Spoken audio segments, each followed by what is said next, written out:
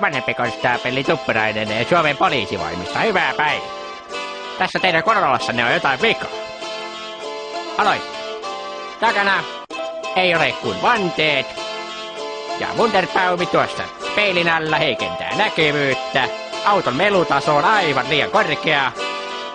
Eikä teidän korollanne ole edes katsasti. Mennäänpäs tonne autoon. Me ammattikoulun siellä ammatin saat. Sen jälkeen voi tehdä ihan mitä vaan. Vaikka nostaa työkkerin, tiskiltä rahaa, ostaa Wunderin ja lisätä Corollaas vaan. Sillä voi pukeutua ihan niinku halu. Ei haittaa vaikka nenästä vähän räkä valu. Nappiverkkarit on päivän hittiä. Löysät housut on hintareiden sittiä. Muistakin pitää ekoasi yllä. Saat toki kuunnella meitä kyllä. Kunhan vai soita tarpeeksi luja, et sanoista ei ymmärtäis kukaan.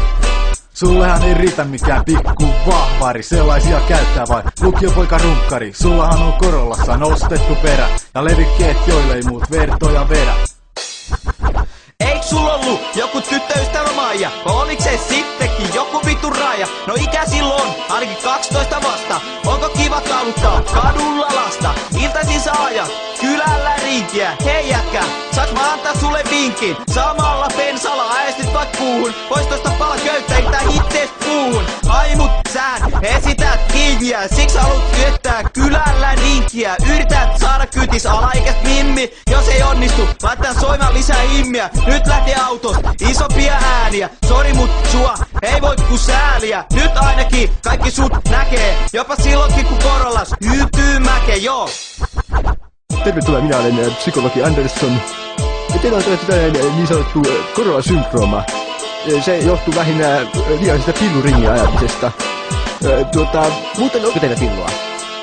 Jaa. No, minä suosittelen, että hankitte salaisen. Niin tähän itse syndroomaan meillä on sitten 2 hoitovaihtoehtoa, eli joko ammattikouluun tai lobotomia. Molemmilla saadaan kyllä ihan sama vaikutus, että saat itse valita.